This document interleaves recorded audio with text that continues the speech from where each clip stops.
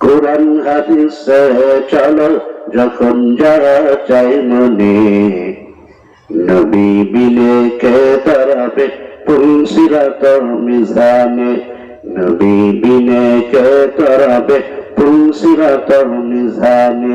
চলো চলো চলো মুমিন নবী প্রেমের সন্ধানে, নবী বিনে কে তারাবে পুলসিরাতর মিজানে। আল্লাহ বাড়িওয়ালাদেরকে সুস্থ রাখো, বলেন না আমিন। আয় রব্বে কারীম, জান দ্বারা করতেছে আল্লাহ সহি সালামতে রাখো। আয় রব্বে কারীম, আপনারা গোলাপ এসেছে, আয় রব্বে কারীম তোমার গোলাম আমির হোসেন ভাই, আল্লাহ 1000 টাকা কর্ণদান, আল্লাহ দানের মধ্যে আল্লাহ বরকত দান করে দাও। আল্লাহ জানে মালে হেফাজত করো, মালের মধ্যে বরকত দান করো। আল্লাহ এক শ্রেণীর লোক এমন আছে যারা যারা ডান হাতের দান করলে বাম হাতে টের পায় না, বাম হাতে জানে না। এই শ্রেণীর লোককে রব্বে কারীম জান্নাতে দিবেন। আপনারা গোলাম নাম বলে নাই, 1000 টাকা দিয়ে গেছে। ও রব্বে কারীম, তোমার গোলামকে কিয়ামতের ময়দানে গোপনে ডাক দিয়ে জান্নাত দিয়ে দিবা, বলেন না সুবহানাল্লাহ। গুনাহ যতই করুক না কেন গোপনে মাফ করে জান্নাত দিবা, বলেন আমিন। গোপনে পালা মুসিবত দূর করে দিবা। ও আল্লাহ, এ দান তুমি কবুল করে নাও। আপনার এক বান্দা দান করলো, আল্লাহ কবুল করে নাও। ও আল্লাহ, মালের মধ্যে বরকত দান করে দাও। আল্লাহ, আমি গুনাহগার দোয়া করে যাইতেছি। ও রব্বে কারীম,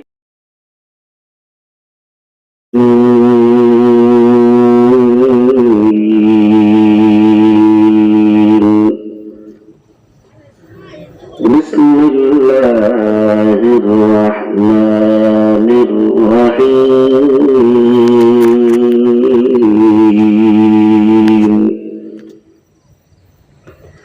قل إن كنتم تحبون الله فاتبعوني يحببكم الله ويغفر لكم ذنوبكم والله غفور رحيم.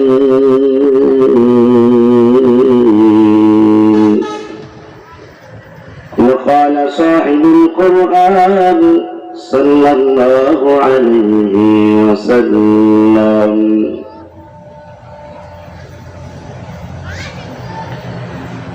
لا يؤمن أحدكم حتى أكون أحب إليه من والده وولده والناس أجمعين.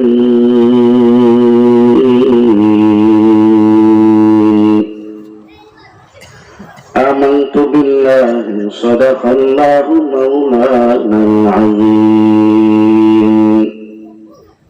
وصدق رسوله النبي الكريم ونحن على ذلك لمن الشاهدين والشاكرين والحمد لله رب العالمين.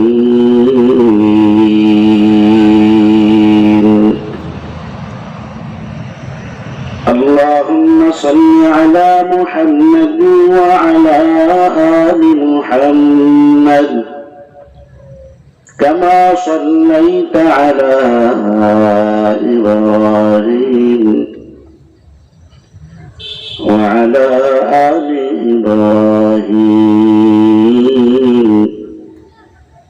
إنك حميد مجيد. اللهم بارك على محمد وعلى آل محمد كما باركت على إبراهيم وعلى آل إبراهيم إنك حميد مجيد دربشان तेरी कदर कदरिया कर दिया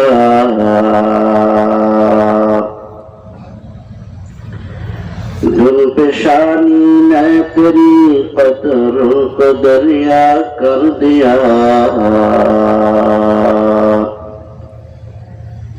दिल का रोशन कर दिया आँखों को बीना कर दिया दिल का रोशन कर दिया आँखों को बीना कर दिया मुहम्मद का निशाना राखो दिल में हमेशा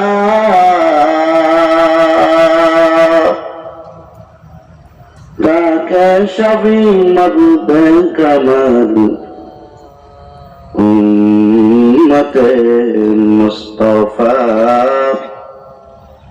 ताकि शफी मर्द कमल उम्मत मुस्तफा मुहम्मद ने आकर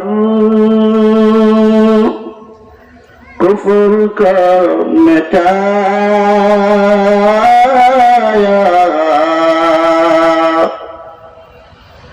कुफ्र का मिटाकर सदाकत बताया कुफ्र का मिटाकर सदाकत बताया ফজিলাতুন নিসা কিন্ডারগার্টেন ও মহিলা মাদ্রাসার উদ্যোগে বার্ষিক ওয়াজ মাহফিলের সম্মানিত প্রধান অতিথি বিশেষ অতিথি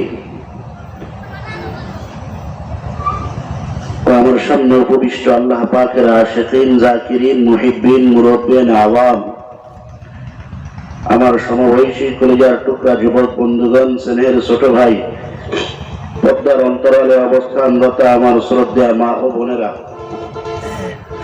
সর্বপ্রথম ওই রব্বে কারীমের দরবারে শুকর গুজার হচ্ছি যে রব্বে কারীম আমাদেরকে মাগরিবের পর হইতে এই পর্যন্ত জান্নাতি এক বাগিচায় এসে কোরআন আর হাদিসের মহব্বতে দ্বীনের নিসবতে দ্বীনে কিছু কথা বলবার এবং শুনবার মতো তৌফিক দান করেছেন এই জন্য সকলে দিল থেকে উচ্চ আওয়াজে কালিমাতুশ শুকর আদায় করে আলহামদুলিল্লাহ। সম্মানিত হাজিরিন, কিছু কথা বলবার লক্ষ্যে পবিত্র কোরআন হাকিম থেকে আপনাদের সামনে আয়াতে কালিমা তেলাওয়াত করেছি।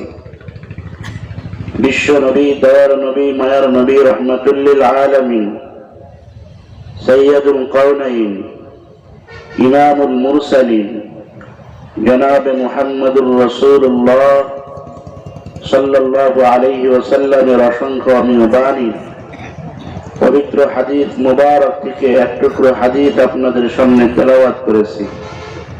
দয়াময় রব্বে কারীম যদি তার গোলামকে তৌফিক দান করেন, এই আয়াত ও হাদিসের আলোকে কিছু কথা বলার চেষ্টা করব ইনশাআল্লাহ।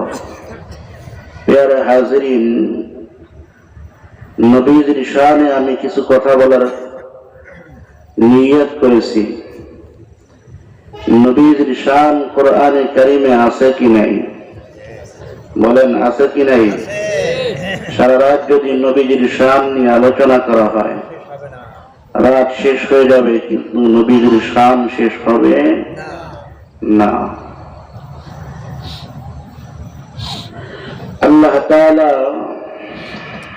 নবীর শান সম্পর্কে কোরআনুল কারীমের বিভিন্ন আয়াতের মধ্যে বলেছেন, ওয়াল কলামি ওয়া মা ইয়াসতুরুন, ما أنت بنعمة ربك بمجنون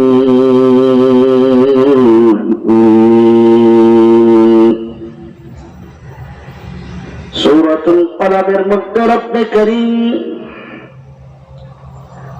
কলমের কসম খেয়ে বলেন والقلم وما يسطرون ما أنت بنعمة ربك بمجنون আল্লাহ নবী কাফেররা আপনাকে পাগল বললে কি হবে? কাফেররা আপনাকে পাগল বললে কি হবে? আমি আল্লাহ আপনার সার্টিফিকেট দিতেছি, আপনি পাগল না। ইন্নাকা লাআলা খুলুকিন আযীম,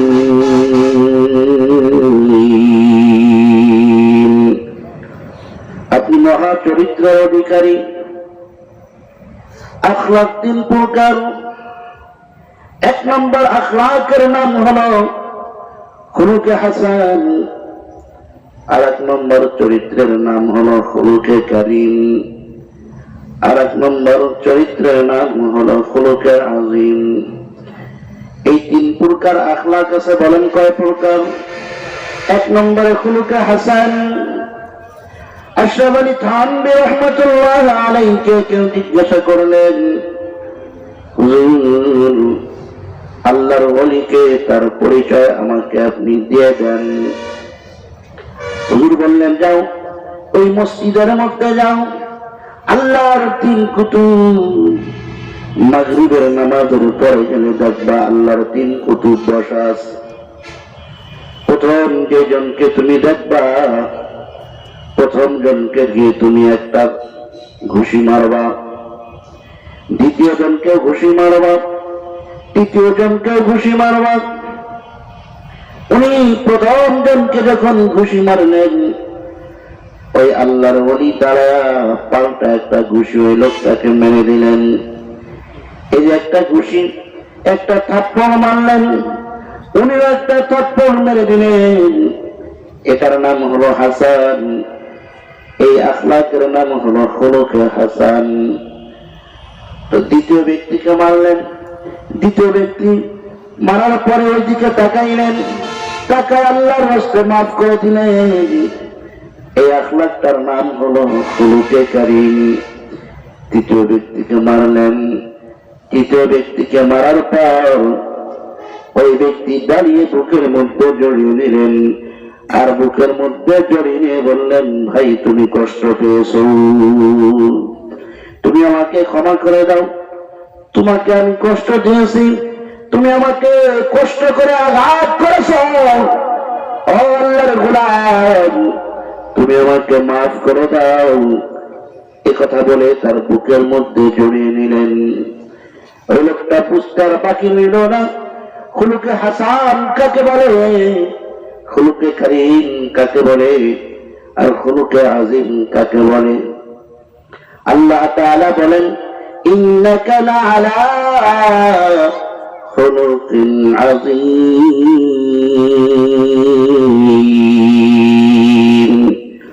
ও নবী, আপনাকে আমি খুলুকে আযীম দান করেছি।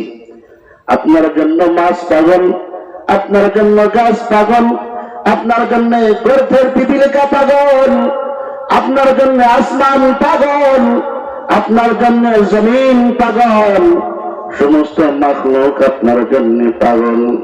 ওই যে নদীর মাছগুলি আপনার জন্য পাগল। হযরত আবু বকর সিদ্দিক, হযরত খলিফাতুল মুসলিমিন ওমর ফারুক রাদিয়াল্লাহু তাআলা দুজনে বাজারে গেছেন মাছ ক্রয় করার জন্য। বাজারে গেছেন, নজরে বড় একটা মাছ পেয়েছেন। ওই মাছটা নবী আলাইহিস সালামকে খাওয়াবেন এই নিয়ত করে ক্রয় করেছেন। মাছ ক্রয় করে বাড়িতে আনছেন। বাড়িতে আনার পর বিবিদেরকে ডাকতে বলেন, ও বিবি, আজকে বিশ্বনবী আমাদের বাড়িতে মেহমান হবেন। এই মাছটাকে সুন্দর করে সুন্দর করে মাছটাকে ভাজি করবা। বিশ্বনবী আজকে আমাদের বাড়িতে মেহমান হবেন, বিবিরা সুন্দর করে মাছটাকে কুটে কড়াইয়ের মধ্যে যখন ভাজি করার জন্য ওই কড়াইয়ের মধ্যে যখন মাছটা দিলেন, ধাপ করে আগুনটা নিভে গেল। আবার দ্বিতীয়বার দিলেন, আবার আগুন নিভে গেল। তৃতীয়বার আবার দিলেন, আবার আগুনটা নিভে গেল। ওমরের বিবি তিনবার চেষ্টা করলেন, আবু বকরের বিবি তিনবার চেষ্টা করলেন। যখনই আগুনের মধ্যে ওই কড়াইয়ের মধ্যে মাছটা দেয়, আগুন নিভে যায়, আর মাছ ভাজি হয় না। খলিফাতুল মুসলিমিন হযরত ওমর ফারুক রাদিয়াল্লাহু তাআলা আনহুর বিবি আবু বকরের বিবি ডাকতে বলেন যে আমরা তো মাছ ভাজি করার জন্য কড়াইয়ের মধ্যে দিতেছিলাম, মাছ যখন ভাজি করার জন্য কড়াইয়ের মধ্যে দেই আগুনটা নিভে যায়। হযরত সিদ্দিক আকবর নিজে ওই কড়াইয়ের মধ্যে মাছটা দিলেন, নিজে কড়াইয়ের মধ্যে মাছ দেওয়ার পর আগুনটা নিভে যায়। নিজের হাতে তিনবার পরীক্ষা করলেন, তিনবার আগুন নিভে গেল। হযরত ওমর তিনবার ওই কড়াইয়ের মধ্যে মাছ দিলেন, আগুন নিভে যায়। নিভে যাওয়ার পরে হযরত খলিফাতুল মুসলিমিন বলেন, ও ভাই আবু বকর, আমাদের বিবিরা চেষ্টা করে ব্যর্থ হয়ে গেল, আমরাও চেষ্টা করে ব্যর্থ হয়ে গেলেন, আপনিও চেষ্টা করলেন ব্যর্থ হয়ে গেলেন, আমিও চেষ্টা করলাম ব্যর্থ হয়ে গেলাম। চলেন আমরা বিশ্ব নবীর শরণাপন্ন হই। মনে হয় বিশ্ব নবীর বরকতে হাত দিয়ে যদি মাছটা দেয় তাহলে আগুন নিভবে না, মাছ ভাজি হয়ে যাবে। বিশ্ব নবী এসে নিজের বরকতি হাতে ওই মাছটা কড়াইয়ের মধ্যে দিলেন,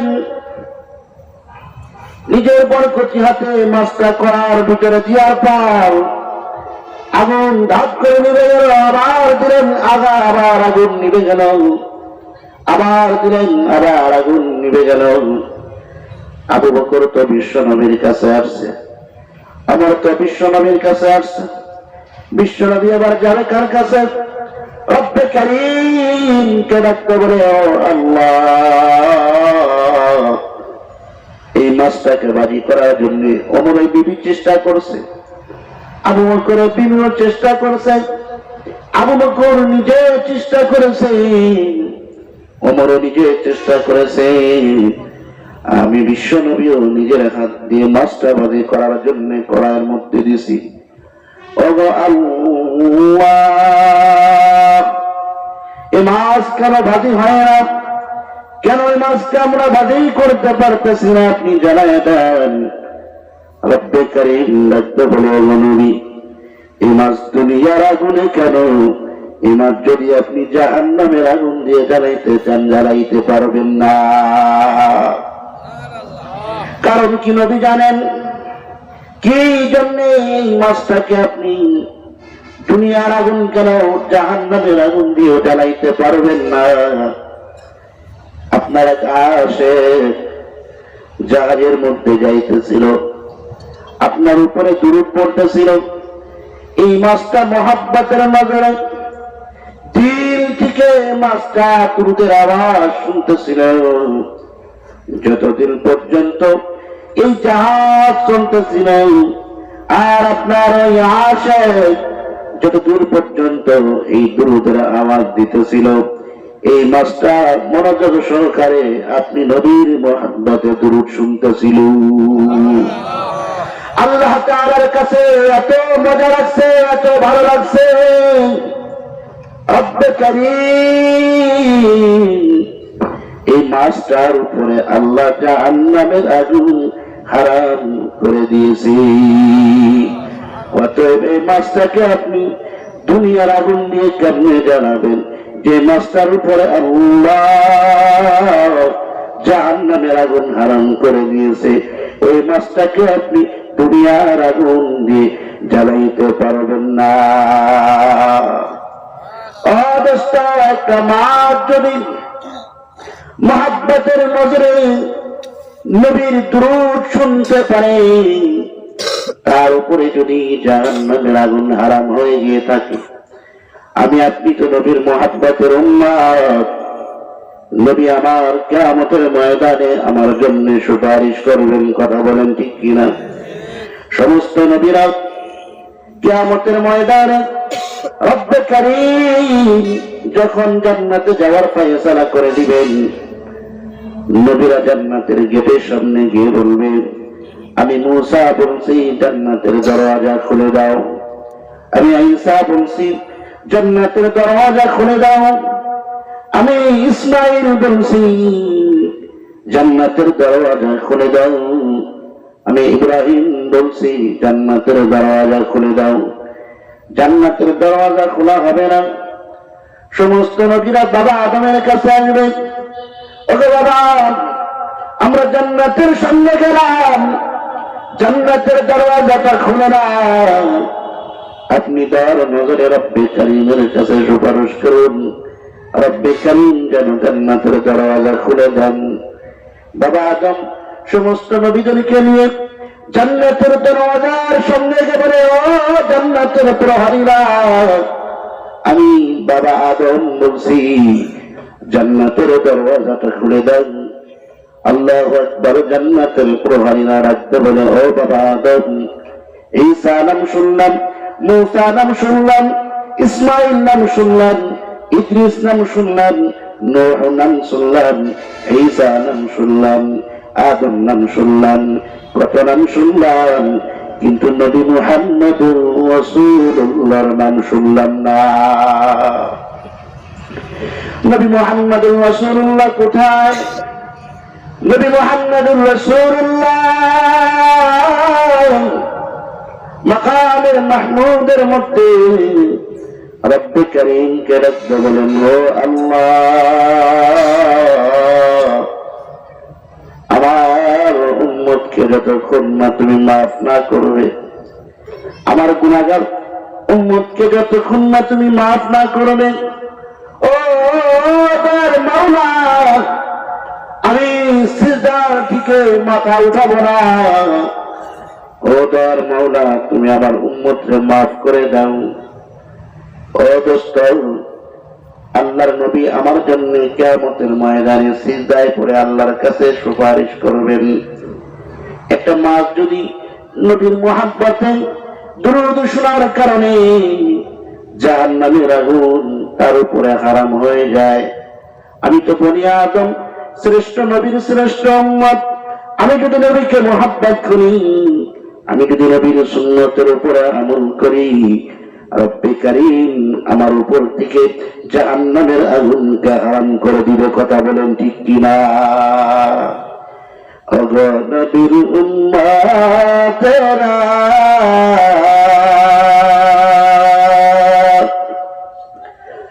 আজি দিশাহারা,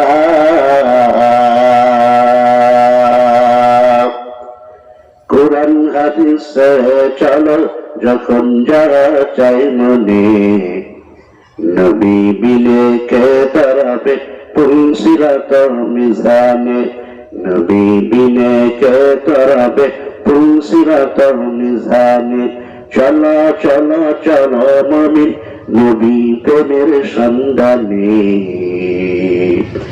নবী বিনে কে তরাবে পুলসিরাত মিজানে, নবী বিনে কে তরাবে পুলসিরাত মিজানে। এমন এতিম নবী আমার,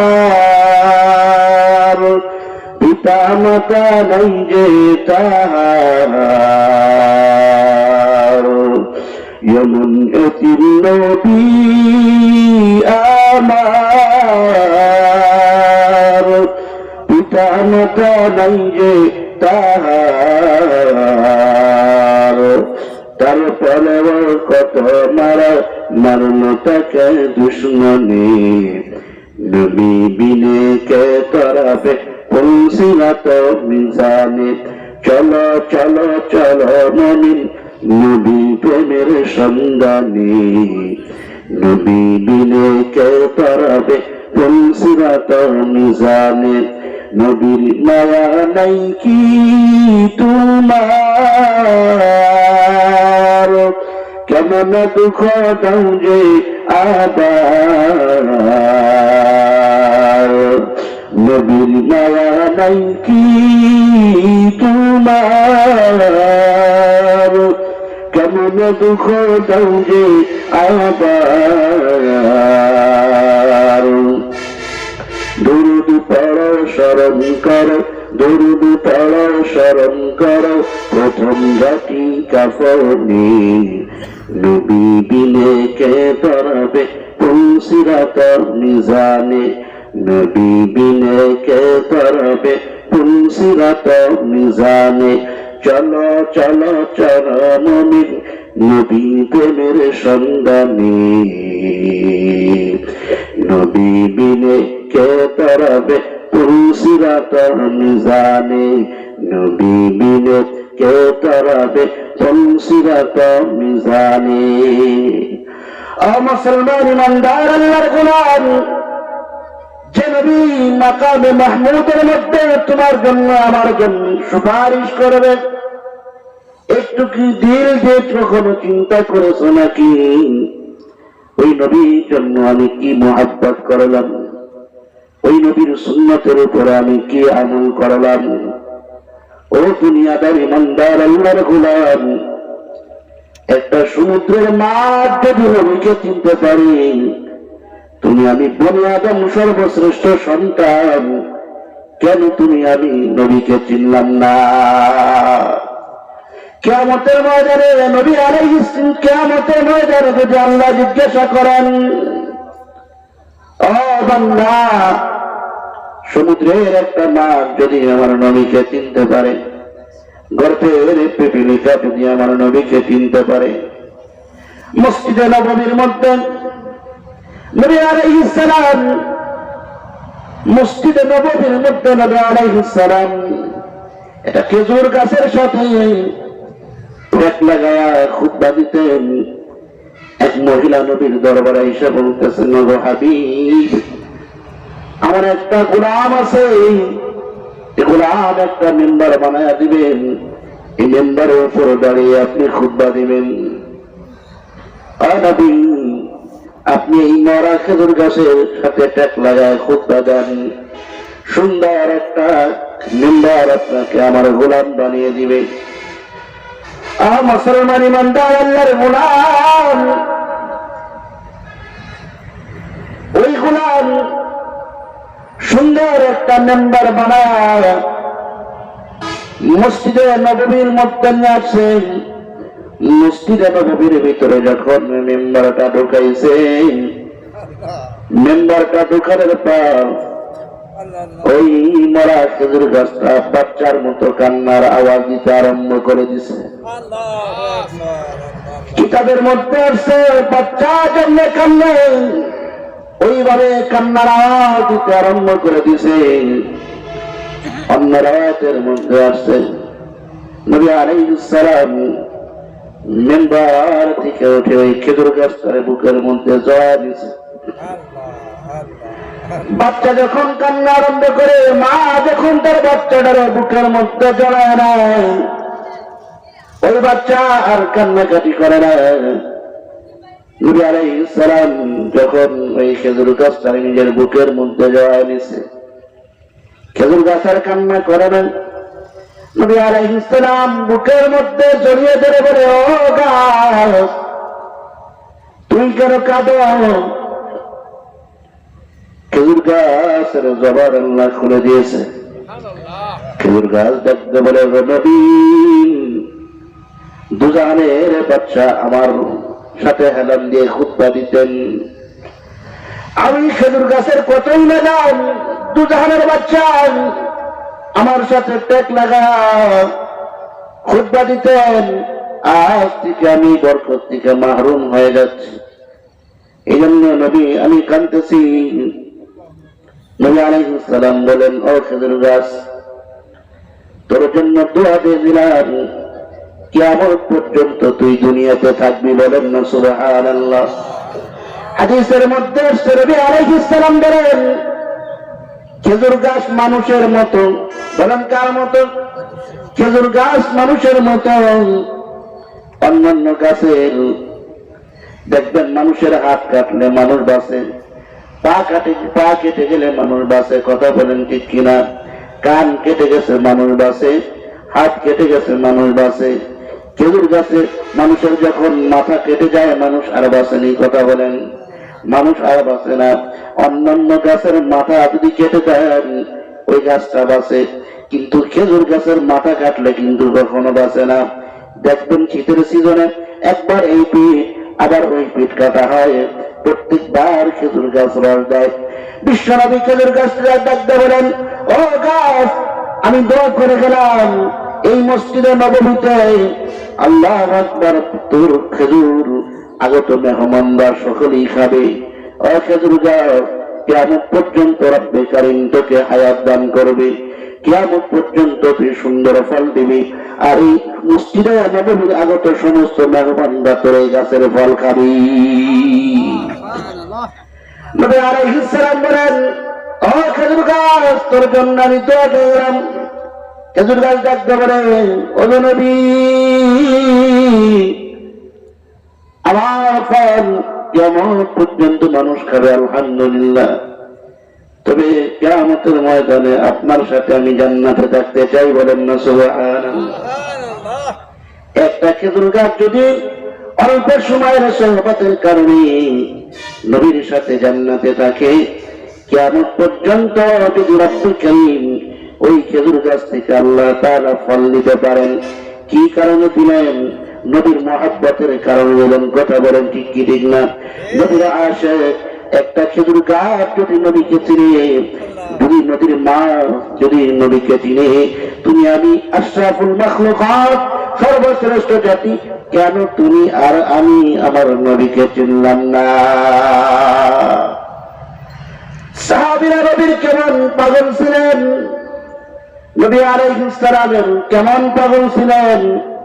হযরত সিদ্দিক আকবর রাদিয়াল্লাহু তাআলা সকলেই তার নাম শুনেছেন, নবীর কথা পাগল। আল্লাহু আকবার। সিদ্দিক আকবর রাদিয়াল্লাহু তাআলা সাহাবীদের মধ্যে সবচেয়ে বড় পাগল ছিল। সাহাবীরা নিজের জীবনের চাইতে নবীকে বেশি ভালোবাসতেন। হযরত তালহা রাদিয়াল্লাহু তাআলা, ছোট্ট তালহা বাবার সাথে নবীর দরবারে আসতেন। নবীজির দরবারে এসে বসে থাকতেন।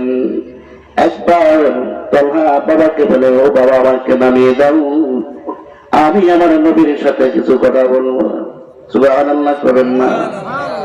তালহা, তুমি তো ছোট্ট বাচ্চা, নবীর সাথে কি কথা বলবে? বাবা, তুমি মাঝে মাঝে তুমি নবীর সাথে পার্সোনাল আলাপ করো, আমি আজ আমার নবীর সাথে কিছু পার্সোনাল আলাপ করবো, বলেন না সুবহানাল্লাহ। হযরত তালহা নবীকে ডাকতে বলেন, ও নবী, প্রতিদিন আমার বাবা আপনার কাছে আসে, আমার বাবাকে আপনি কিছু সবক দিয়ে দেন, আমাকে কিছু সবক দেন, আমি আমল করব। নবী আলাইহিস সালাম বলেন, এই তালহা, এই যে তরবারি নিয়ে তোর বাবার কল্লা নিয়ে আয়। তালহা দৌড় দিছে, তরবারি নিয়ে বাবার কল্লার জন্য দৌড় দিছে। নবী আলাইহিস সালাম পাগল, আমার কাছে, আমার বুকের মধ্যে আয়। আমি নবী বাবাকে নেওয়ার জন্য দুনিয়াতে আসি নাই, সন্তানকে দিয়ে বাবাকে নিব এজন্য আমি দুনিয়াতে আসি নাই। আমি নবী সন্তানের সাথে বাবার সাথে মহাব্বত গড়ার জন্য এসেছি। আমার কাছে আমি বুঝেছি তুই আসলেই প্রকৃত আশিকে নবী, বলেন না সুবহানাল্লাহ। আমি বুঝেছি তুই প্রকৃত আশিকে নবী। যা, তোর বাবার সাথে যা, তোর পূজা হয়ে গেছে, যা, তুই প্রকৃত মহাব্বত নিয়ে নবীর ভালোবাসা তোর দিলের ভিতরে আছে, যা। তালহা রাদিয়াল্লাহু তাআলা বাবার সাথে চলে গেছেন বাড়িতে। লম্বা ঘটনা, কঠিন অসুস্থ, মুমূর্ষ অবস্থায় বাবাকে ডাকতে বলে, বাবা শোনো, আর মনে হয় আমি দুনিয়াতে থাকবো না।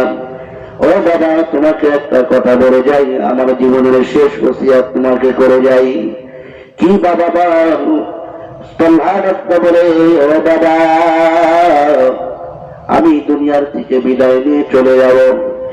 দুনিয়ার থেকে বিদায় নিয়ে চলে যাওয়ার পর বিশ্বনবীকে আমার মৃত্যুর সংবাদটা যদি আমি দিনের বেলায় ইন্তেকাল করি, দিনের বেলায় যদি দুনিয়া থেকে চলে যাই, বিশ্বনবীকে আমার এই মৃত্যুর সংবাদটা দিবে। আর যদি আমি রাতের বেলায় দুনিয়ার থেকে চলে যাই, আমার মৃত্যুর খবরটার বিশ্বনবীকে দিবে না। কারণ নবীজির অনেক শত্রু আছে। পাহাড়ের চূড়াতে যখন নবী আমার বাড়িতে আসবে, রাতের বেলায় যদি নবীকে আঘাত করে, আর যদি আমার কারণে নবীর থেকে এক ফোঁটা রক্ত ধরে, কিয়ামতের ময়দানে রব্বে কারীম যদি আমাকে জিজ্ঞাসা করে, আমার নবীর রক্ত কেন জমিনে ঝরাইলি, আমি মাওলায়ে পাকের সামনে কি জবাব দিব? এই জন্য তোমাকে অনুরোধ করে বলি, আমি যদি রাতের বেলায় দুনিয়ার থেকে চলে যাই, নবীকে তুমি সংবাদ দিবা না। যদি দুনিয়ার বেলায় দুনিয়া থেকে চলে যাই, নবীকে সংবাদ দিবা। হযরত তালহা রাতের বেলায় দুনিয়ার থেকে বিদায় নিয়ে চলে গেলেন। তালহার বাবা বিশ্বনবীকে খবর দেয় নাই।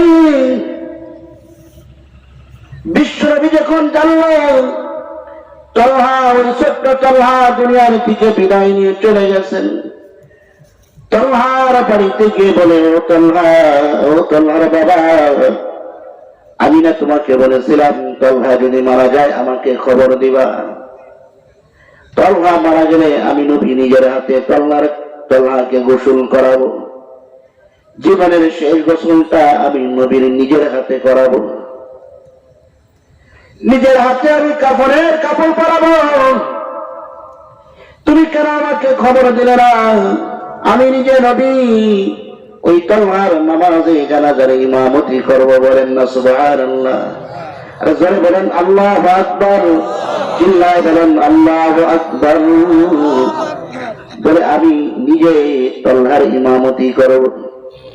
কত বড় সৌভাগ্যের ব্যাপার! তালহার ইমামতি নবীজি নিজে করবেন, কাফনের কাপড়টা নিজে পরাবেন, জীবনের শেষ গোসলটা নিজে দিবেন। এত বরকত, তারপরে রাতের বেলায় বিশ্বনবীকে খবর দেন। কি জন্য জানো? নবীজিকে যদি আঘাত করে কাফের মুশরিকরা, এই আঘাত তালহা সহ্য করতে পারে নাই। এই জন্য তালহা বলছে, ও বাবা, রাতের বেলায় চলে গেলে নবীকে খবর দিবা না, দিনের বেলায় চলে গেলে নবীকে খবর দিবা। এমন না আশেক ছিল সাহাবীরা, নিজের জীবনের চাইতে, নিজের সন্তানের চাইতে মহিলারা নিজের সন্তানকে নবীর দরবারে নিয়ে আসতে বলতো, ইয়া রাসূলুল্লাহ, আমার এই বাচ্চা যুদ্ধের ময়দানে যাইতে পারবে না, এই বাচ্চাকে আপনি সাহাবীদের হাতে তুলে দেন। যখন এই বাচ্চা যখন সেই কাফের বেঈমান মুশরিকরা যখন আপনার উপরে, আপনার সাহাবীদের উপরে তীর নিক্ষেপ করবে, এই বাচ্চাকে আপনি ঢাল হিসেবে ব্যবহার করবেন। হযরত সিদ্দিক আকবর রাদিয়াল্লাহু তাআলা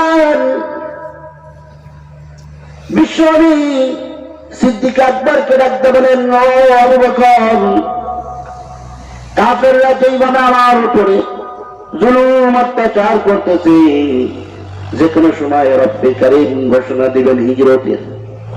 ও আবু বকর, তুমি আমার হিজরতের সাথে রেডি থাইকো। সিদ্দিক আকবর রাদিয়াল্লাহু তাআলা রেডি। বিশ্বনবী রাতের বেলায় আবু বকরের দরজায় আওয়াজ দিলেন, ও আবু বকর। এক ডাক দেওয়া মাত্রই আবু বকর দরজা খুলে দিলেন। বলেন না সুবহানাল্লাহ? হুজুর সাল্লাল্লাহু আলাইহি ওয়াসাল্লাম মা আয়েশা সিদ্দিকা রাদিয়াল্লাহু তাআলা আনহা বলেন, বিশ্বনবী মাঝে মাঝে বিশ্বনবীর চোখে দেখতেন টপ টপ করে পানি বলতেছে। জিজ্ঞাসা করতাম, ওগো নবী কেন কাঁদেন? বিশ্বনবী ডাকতে বলেন, ও আয়েশা, জানি না আমি আমার দুনিয়াতে মা নাই বাবা নাই, আমার খুব মহব্বতের কাছের লোক ছিল বিবি খাদিজা। বিবি খাদিজা তো মহব্বতের লোক ছিল। বিবি খাদিজার কথা যখন মনে পড়ে আয়েশা, আমি আর চোখের পানি ধরে রাখতে পারি না। ও আয়েশা, তোমরা আমি নবীকে মহব্বত করো, ভালোবাসো, স্বামীর খেদমত জন্যে করার দরকার ওইভাবে করো, কিন্তু আমাকে খাদিজার জন্য ভালোবাসতে হবে। খাদিজার স্মৃতিগুলি যখন মনে পড়ে যায় আর চোখের পানি ধরে রাখতে পারি না। আয়েশা, রাতের বেলায় যখন আমি বাসায় আসতাম, একটা মাত্রই আমার দরজাটা খুলে নিত। আমি খাদিজাকে জিজ্ঞাসা করতাম, ও খাদিজা, রাতের বেলায় গভীর রাত তুমি কি ঘুমাও নাই? এত রাত তুমি কি ঘুমাও নাই? খাদিজা রাখতে বলে, ও নবী, আমি জানি আপনার দুনিয়াতে মা নাই, আপনার বাবার জন্মের আগে দুনিয়ার থেকে বিদায় নিয়ে চলে গেছে। ও নবী, আজকে যদি আপনার মা থাকতেন আর যদি রাতের বেলায় আপনি দরজার মধ্যে আওয়াজ দিতেন, আপনার মা দরজা খুলে দিত। আমি জানি আপনার মা নাই, আপনার বাবা নেই, রাতের বেলায় যদি খুলতে আমার দেরি হয় আপনার মার কথা মনে পড়ে যাবে, আপনার দিলের ভিতরে আঘাত লাগবে। এই জন্য আপনি যতক্ষণ পর্যন্ত ঘরে না আসেন আমি একটা সেকেন্ডের জন্য ঘুমাই না। আবু বকর ডাকতে পারে, আর 6 মাস যাবত আমি রাতের বেলায় ঘুমাই না। আপনি যখন বলছেন, ও আবু বকর রেডি থাইকো, যে কোনো সময় হিজরত করতে হবে, 6 মাস যাবত ঘুমাই না। কখন যেন আমার নবী এসে আমাকে ডাকতে, আবু বকর চলো। বিশ্ব নবীকে নিয়ে আবু বকর রওনা করলেন। একবার আবু বকর ডাইনে যায়, আর একবার বামে যায়, একবার সামনে যায়, আর একবার পিছে যায়। নবী আলাইহিস সালাম ডাকতে বলেন, আবু বকর একবার তুমি সামনে যাও, আর একবার পিছে যাও, একবার ডাইনে যাও, আর একবার বামে যাও, কি জন্য? আবু বকর ডাকতে বলে, আমার মনে হয় কাফের বেঈমান মুশরিকরা আপনার উপরে বললেন, আর তিনি এখনই নিক্ষেপ করতেছে ডান দিক থেকে। আবার যখন মনে হয় বাম দিক থেকে নিক্ষেপ করতেছে, আবার বাম দিকে যায়। আবার যখন মনে হয় সামনের দিকে আপনাকে আক্রমণ করতে পারে, আবার আমি সামনে চলে যাই। আবার যখন মনে করি পিছের দিকে আক্রমণ করবে, আবার আমি পিছে চলে যাই। এইভাবে নবীকে নিয়ে চলতে আরম্ভ করলেন। লম্বা ঘটনা। গারে হিরার কাছে যখন নবী আলাইহিস সালামকে ওই গারে হিরার কাছে যখন পৌঁছায় গেলেন, অনেক বড় পাহাড়, ওই পাহাড়ের উপরে নবী আলাইহিস সালামকে উঠতে দেয় নাই।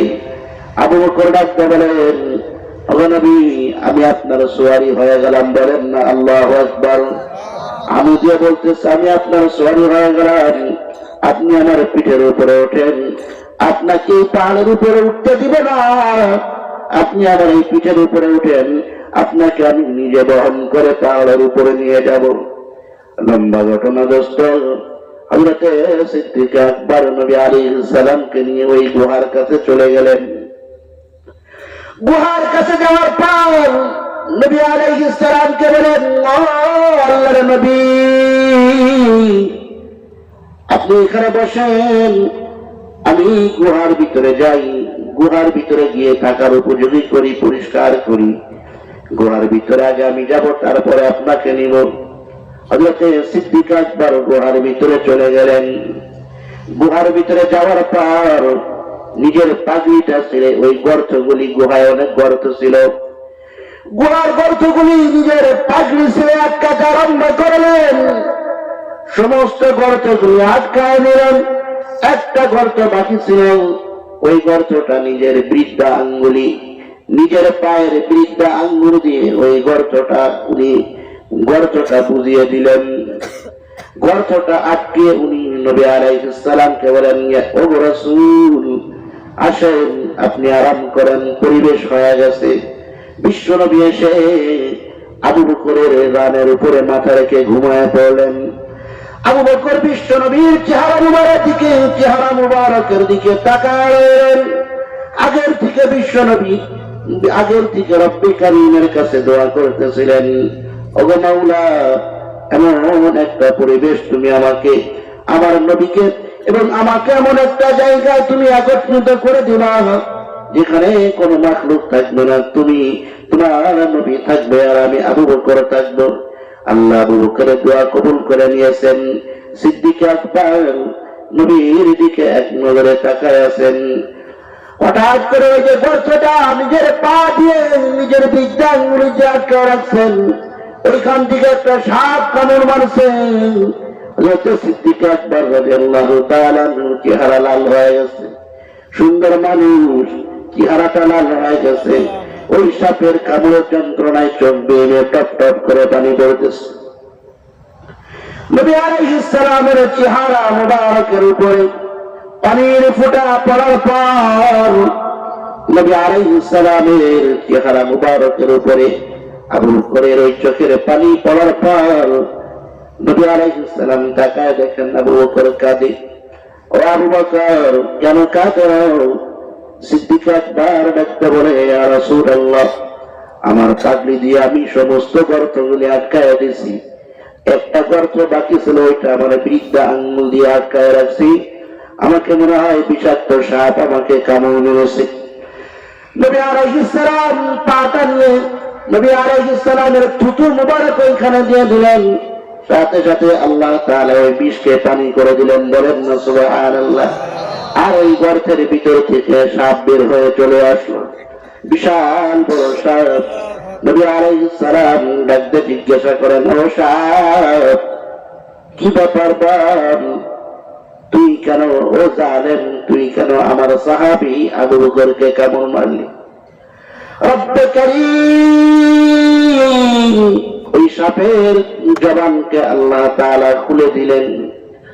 সাপ ডাকতে বলতেছে, ওগো আল্লাহর নবী, 100 বছর আগে আমি তাওরাত থেকে শুনেছি। বলেন না সুবহানাল্লাহ। নবী আলাইহিস সালাম হিজরতে যাবেন, যাওয়ার পথে গারে হিরায় অবস্থান করবেন। এক নজর দেখার জন্য আমি গারে হিরায় 100 বছর যাবত অবস্থান করতেছি। গারে হিরার মধ্যে 100 বছর অবস্থান করতেছি এক নজর দেখার জন্য। ও নবী, আমি বিভিন্ন গর্ত করেছি, 100 বছরের মধ্যে অনেক গর্ত করেছি। আপনার সাহাবী আবু বকর সমস্ত গর্তগুলি আটকায় দিছে, একটা গর্ত তার ওই পা দিয়ে আটকায় রাখছে। বারবার আমি আসতে চেষ্টা করেছিলাম, কিন্তু আসতে পারি নাই। ওই যে মুহাব্বতে, ওই আপনার ইশকের কারণে, আপনার মুহাব্বতের আগুন আমার দিলের মধ্যে দাউ দাউ করে জ্বলতেছিল। এই জন্য আবু বকরকে আমি কামড় মেরেছি, যাতে করে ও আবু বকর আপনার সাহাবী ওই গর্তের দরওয়াজাটা খুলে দরওয়াজাটা ছেড়ে দেয়। ছেড়ে দিলে আমি আপনাকে আমার দিল থেকে আমার মুহাব্বতের নজরে আপনার এই চেহারা মুবারকটা দেখব।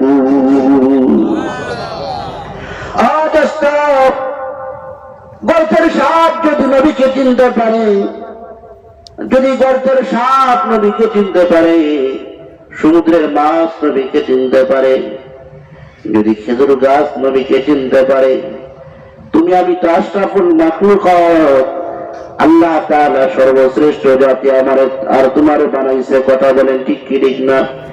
রব্বে কারীম বলেন, ও দুনিয়ার ইমানদার আল্লাহর গোলাম, নবীর প্রকৃত আশিক যদি হতে চান, রব্বে কারীম কি বলে শুনে নাও।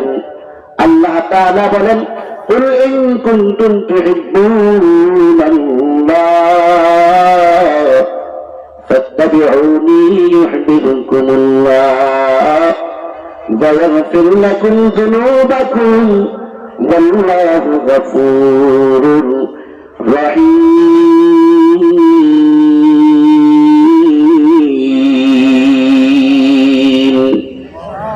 আল্লাহ তাআলা বলেন, হে নবী আপনি বলে দিন, ইন কুনতুম তুহিব্বুনাল্লাহ, যদি তোমরা আমি আল্লাহর ভালোবাসা পেতে চাও, ফাত্তাবিউনি ইউহিব্বুকুমুল্লাহ, তাহলে আমি নবীর অনুকরণ করো, নবীর সুন্নতের উপরে আমল করো, আল্লাহ তোমাদেরকে ভালোবাসবেন।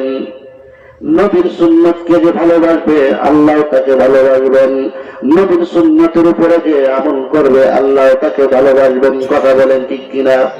এই যে নবীর সুন্নত, এই যে নবীর ঘর, যে ঘরের যে মাদ্রাসার উদ্দেশ্য করে আজকের ময়দানে আজকের মাহফিল, দোস্তরে যদি কেউ এই মাদ্রাসাকে দিন দিয়ে মহব্বত করে, কেউ যদি দিন থেকে মাদ্রাসাকে ভালোবাসে, নিজের সন্তানকে মাদ্রাসায় দেয়, নবীর মহব্বত নিজের দিলের মধ্যে জায়গা দেয়, নবী আলাইহিস সালাম কিয়ামতের ময়দানে ডাকতে বলবে, ওরে উম্মত, তুই আমার মহব্বতে তোর সন্তানটারে আমার ঘরে দিলি, যা আমি রব্বে কারীমের কাছে সুপারিশ করে তোর আল্লাহর জান্নাতে দিয়ে দিলাম। আল্লাহর জান্নাতে যাইতে চান কে কে হাত উঁচা করেন? আল্লাহর জান্নাতে কে কে যাইতে চান? এই যে একটা মাদ্রাসা হইতেছে, এই মাদ্রাসার পক্ষে কারা আছেন? হাত উঁচা করেন। এই মাদ্রাসা হোক সকলেই পক্ষে আছেন। মাদ্রাসার পক্ষে থাকা জরুরি। মাদ্রাসার পক্ষে কেমনে থাকবেন আমি কেমনে বুঝবো যে আপনারা পক্ষে আছেন? হাত উঁচা করা দেখাইলেন, বুঝলাম মাদ্রাসার পক্ষে আছেন। হাত দিয়ে বুঝাই দিলেন মাদ্রাসার পক্ষে আছি, জবান দিয়ে বলে বুঝাই দিলেন মাদ্রাসার পক্ষে আছি। এখন মাদ্রাসা করতে টাকা লাগবে কি লাগবে না? লাগবে। মুসলামুসলি করবেন কয়জন? আর উঠবেন কয়জন? একজনে উঠবেন না, মুসলামুসলি করবেন না। যদি আপনি দানের পক্ষে থাকেন, এখানে যদি মাদ্রাসার জন্য 1 টাকা কালেকশন হয়, আপনি যদি পক্ষে থাকেন, আল্লাহ তাআলা আপনার আমলনামায় ওই দান করার সওয়াব দিয়ে দিবি। আমার আপনার কাজ হলো দিলে দিলে দোয়া করা। আল্লাহ আমি দিতে পারতেছি না, আমার যে সমস্ত ভাই আছে এদের দিলকে আপনি তৈরি করে দেন দেওয়ার জন্য। অজস্র এই মাদ্রাসার ঘর করা লাগবে কি লাগবে না? মাদ্রাসার সহযোগিতা কিভাবে করবেন? সন্তান দিয়ে মাদ্রাসার সহযোগিতা করবেন, মাল দিয়ে মাদ্রাসার সহযোগিতা করবেন, বুদ্ধি পরামর্শ দিয়ে মাদ্রাসার সহযোগিতা করবেন। সকলে রাজি আছে কি নাই? হুজুর বলছেন যার যে খুশি মতো দিবে। হুজুর জড়াজড়ি নাই। আমি নতুন মাদ্রাসা করেছি, 500, 1000, 2000, 3000 যা আছে দেন। এই যে একটা মাদ্রাসা আছে, কি এই যে মাদ্রাসার জন্য যদি আপনি কিছু আমল আছে সাদাকায়ে জারিয়া, নবী আলাইহিস সালাম বলেন, ইযা মাতাল ইনসান কাতান আমালু ইল্লা মিন সালাসা, মানুষ যখন মারা যায় তার আমলের দরজা বন্ধ হয়ে যায়। 3টি আমল এমন আছে যা কিয়ামত পর্যন্ত জারি থাকে। বলেন না সুবহানাল্লাহ? আর যারা কোন সুবহানাল্লাহ। আপনারা মনে মনে ভাবতেছেন হুজুর টাকা চাইছে, এই জন্য আর সুবহানাল্লাহ করা যাবে না, মুখ নাড়ান যাবে না, মাথা নাড়ান যাবে না, হাত উঁচা করা যাবে না। যদি হুজুর টাকা দইরে বসে, কথা বলেন ঠিক কি ঠিক না?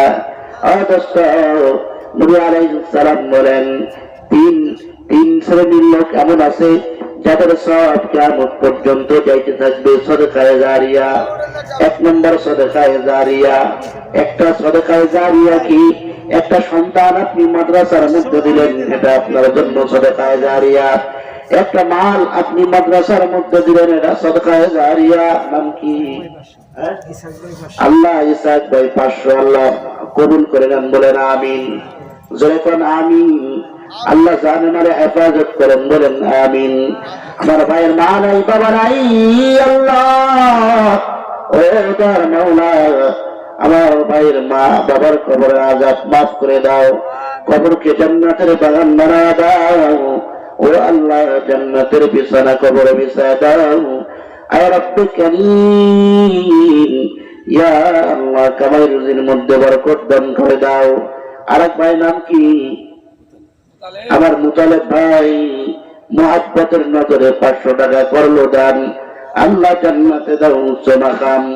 আয় রব্বে কারীম, ইয়া আল্লাহ, জান্নাতের মধ্যে দাও উচ্চ মাকাম। আব্বা আম্মা আল্লাহ দুনিয়াতে না থাকলে কবরে আযাব মাফ করে দাও, কবরকে জান্নাতের বাগান বানায় দাও। ও আল্লাহ জান্নাতের বিছানা কবরে বিছায় দাও। আর এক আল্লাহর গোলাম বলেন যে 500 1000 যা পারেন 2 দিন পরে দেন, 5 দিন পরে দেন, সমস্যা নাই। নাম কি? আল্লাহ আমার ভাই আব্দুল করিম শেখ 500 টাকা করে দেন। আল্লাহ ইদান আপনি কবুল করে নেন, জানে মানে হেফাজত করেন, মাদের মধ্যে বরকত দান করেন। ও রব্বে কারীম আমার একটা চা উঠেছে 500 টাকার নগদ নোট নিয়ে। আল্লাহ নগদ নোটটা জন্যে তোমার জন্য দিল। ও রব্বে কারীম আমাদের হাতে কোনো কিছুই নাই, আমরা গরিব, তুমি ধনী। আল্লাহ ডাকবেন না, এই ডাকবেন। আল্লাহ আমরা গরিব, তুমি ধনী, আমরা গরিব, তুমি ধনী, আমাদের হাতে কিচ্ছুই নাই, তোমার কোনো কিছুর অভাব নাই। আয় রব্বে কারীম তোমার বান্দা পুরা লোকটা 500 টাকার নোট দিয়ে গেল। আল্লাহ নগদ জান্নাত দিয়ে দাও। আল্লাহ আবেশা 500 টাকা দিল। আল্লাহ আল্লাহ তুমি কবুল করে নাও। আল্লাহ জানে মালে হেফাজত করে নাও। ও আল্লাহ মালের মধ্যে বরকত দান করে দাও। আয় রব্বে কারীম বাবা মার কবরে আযাব মাফ করে দাও। ও রব্বে কারীম তোমার এক যুবক আল্লাহ 500 টাকা নগদ দিয়ে গেল। আল্লাহ জানে মালে হেফাজত করো। আয় রব্বে কারীম মালের মধ্যে আল্লাহ বরকত দান করো, কামাই রুজির মধ্যে বরকত দান করো। আল্লাহ নগদ জান্নাত দিল, নগদ জান্নাতটা বাপ মারে এই মুহূর্তে দিয়ে দাও। ও আল্লাহ জান্নাকার কখন যেন বিপদ হয়, তোমার কাছে এই দাড়ি পাকা লোকগুলো নিয়ে দোয়া করতেছি। আল্লাহ যে ভাইরা তোমার জন্য দান করতেছে, নগদ বাকি দান করতেছে, কোনদিন আল্লাহ এই ভাইদের আপদ বিপদ দিও না, সন্তানদেরকে ভালো রাখো। আল্লাহ বাড়িওয়ালাদেরকে সুস্থ রাখো, বলেন না আমিন। আয় রব্বে কারীম জান দ্বারা করতেছে আল্লাহ সহি সালামতে রাখো। আয় রব্বে কারীম আপনারা গোলাম এসেছে। আয় রব্বে কারীম তোমার গোলাম আমির হোসেন ভাই আল্লাহ 1000 টাকা কর্ণদান। আল্লাহ দানের মধ্যে আল্লাহ বরকত দান করে দাও। আল্লাহ জানে মানে হেফাজত করো, মালের মধ্যে বরকত দান করো। আল্লাহ মালকে বাড়িয়ে আল্লাহ লক্ষ কোটি গুণ বাড়িয়ে দাও। নাম কি? আল্লাহ তোমার এক যুবক নগদ 500 টাকা দিয়ে গেল। আল্লাহ আবার ওয়াদা করে গেল হুজুর আবারও দিল। আল্লাহ তোমার যুবকের দানকে কবুল করে নাও। আল্লাহ জানে মনে হেফাজত করো, বাবা মাকে সুস্থতার জিন্দেগি দান করো। ও রব্বে কারীম আল্লাহ কামাইয়ের মধ্যে বরকত দান করো। আল্লাহ বালা মুসিবত থেকে দূরে রাখো রে আল্লাহ।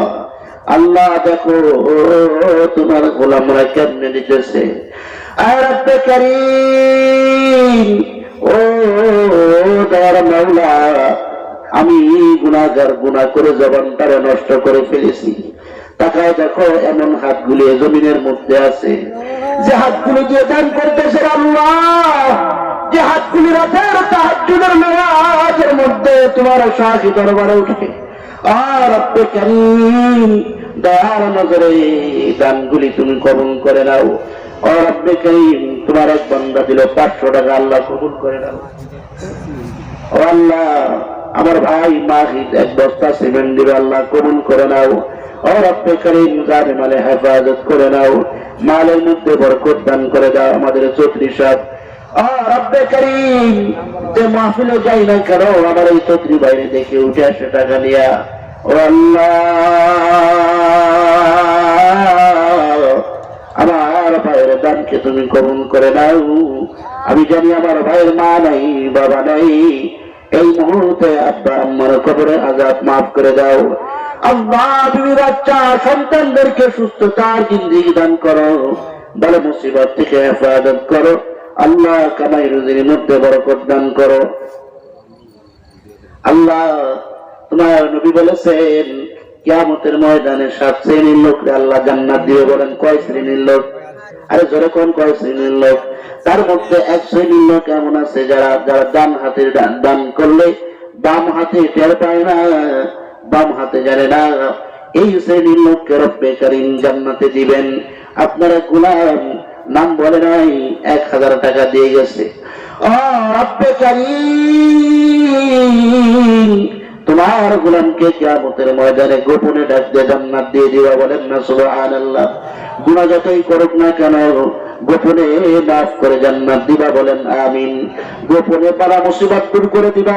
ও আল্লাহ এ দান তুমি কবুল করে নাও। আপনার এক বান্দা দান করলো, আল্লাহ কবুল করে নাও। ও আল্লাহ মালের মধ্যে বরকত দান করে দাও। আল্লাহ আমি গুনাহগার দোয়া করে যাইতেছি। ও রব্বে কারীম দয়ার নজরে তোমার বান্দাদের দানকে কবুল করে নাও। হাদিসের মধ্যে আসছে আল্লাহ সেকেন্ডার মিদ্দার নাতি আল্লাহ তার নামের উপরে 200 টাকা দিছে। বালা মুসিবত থেকে হেফাজত করে দাও। আল্লাহ মালের মধ্যে বরকত দান করে দাও। আল্লাহ হায়াতের মধ্যে বরকত দান করে দাও। আয় রব্বে কারীম তুমি এই বান্দাদেরকে কবুল করে নাও। আমার অনেক মা বোনেরা আছে ভিতরে, মা বোনেরা দেন। ও মা আমি জানি বাবার উপরে আপনাদের মহাব্বত বেশি, আমি জানি মার উপরে আপনাদের মহাব্বত বেশি। অনেকেই মনে মনে ভাবতেছেন হুজুর আমার মা নেই বাবা নাই, আমার বাবা যখন আমার বাড়িতে আসতো আমি খাওয়াইতাম, বাবা চলে গেছে আর আমার বাবাকে খাওয়াইতে পারি না। নবী আলাইহিস সালাম বলেন 3টা কাজ যদি করতে পারো, কয় কাজ বলেন? 3 কাজ যদি করতে পারে বাবা মার খেদমতের সওয়াব আল্লাহ আমলনামায় দিবে। 1 নম্বর কাজ হইল বাবা মার সাথে যাদের মহাব্বত ছিল তাদের সাথে মহাব্বত রাখবা। 2 নম্বর কাজ হইল বাবা মার জন্য দোয়া করবা। 3 নম্বর কাজ হইল বাবা মার জন্য দান করবা। এই 3 কাজ যদি করতে পারো রব্বে কারীম বাবা মার খেদমতের সওয়াব আল্লাহ আমলনামায় দিয়ে দিবি। মা বোনরা যারা আছো দিয়ে দাও। এই হাত উঁচা করেন, সবাই হাত উঁচা করেন, জোরে জোরে জোরে হাত উঁচা করেন, হাতটা নাড়া দেন, জোরে নাড়া দেন। বলেন আল্লাহু আকবার। ইল্লাহ বলেন আল্লাহু আকবার। আরো জোরে বলেন আল্লাহু আকবার। এ দোস্ত এই হাত দিয়ে নিজের মার কবরে মাটি দিচ্ছেন কিনা, নিজের বাবার কবরে মাটি দিচ্ছেন কিনা, নিজের ভাইয়ের কবরে মাটি দিচ্ছেন কিনা, নিজের বন্ধুর কবরে মাটি দিচ্ছেন কিনা? এই হাত দিয়ে অনেকের কবরে মাটি দিচ্ছেন। এই হাত আবার একদিন আপনার কবরে একদিন অন্যরা হাত দিয়ে মাটি দিবে। দোস্তরে 1 টাকা, দোস্তরে 10 টাকা, 5 টাকা, 100 টাকা, 500 টাকা যে যা পারেন পকেটের মধ্যে হাত দেন। আল্লাহর জন্য, নবীর জন্য, নবীর মহাব্বতে দেন। কিয়ামতের ময়দানে বলতে পারবেন ওগো মালিক আমি গুনাহগার, তোমার ঘরের জন্য মালি নসরত করেছিলাম, পরামর্শ দিয়ে নসরত করেছিলাম। ও আল্লাহ আমার দান তুমি কবুল করে নাও। বলেন আমিন। জি অনেকক্ষণ আপনাদেরকে কষ্ট দিলাম। যে কথাগুলি হলো রব্বে কারীম আমাকে আমল করার তৌফিক দান করেন, আপনাদের সকলকে আমল করার তৌফিক দান করেন।